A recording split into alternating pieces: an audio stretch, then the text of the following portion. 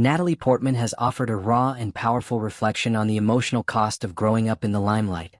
In a deeply personal interview with Jenna Ortega for Interview magazine, the Academy Award-winning actress opened up about the complex reality of being sexualized as a child star, and how she built emotional armor to survive a world that often viewed her in ways she didn't recognize. "There's a public understanding of me that's different from who I am," Portman said honestly. "As a child, I was really sexualized.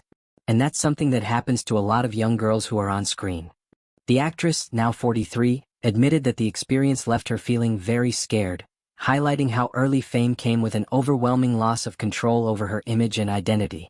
Portman, who began filming commercials at a very young age, shared that while exploring one's own sexuality is a natural part of growing up, it became terrifying when that exploration was no longer her own.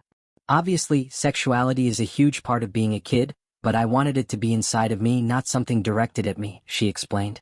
To cope, Natalie crafted a protective identity. "My way of protecting myself was to be like, I'm serious, I'm studious, I'm smart. That's not the kind of girl you target." It became a way to shield herself, to create a boundary that said, "Don't look at me that way." Her calculated image worked, but it came with consequences. "There was a disconnect," she told Ortega. "I was silly and fun in real life, but people thought I was this ultra-serious, intellectual person. That wasn't really me." Despite the external perception, Portman said she is not especially private in her personal life, but early on she learned an important lesson.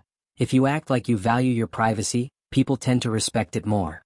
Now a mother, she's fiercely protective of her family's space. "I won't do photo shoots with my kids," she said firmly. "I built a barrier early on and it's helped. That boundary has kept something sacred intact."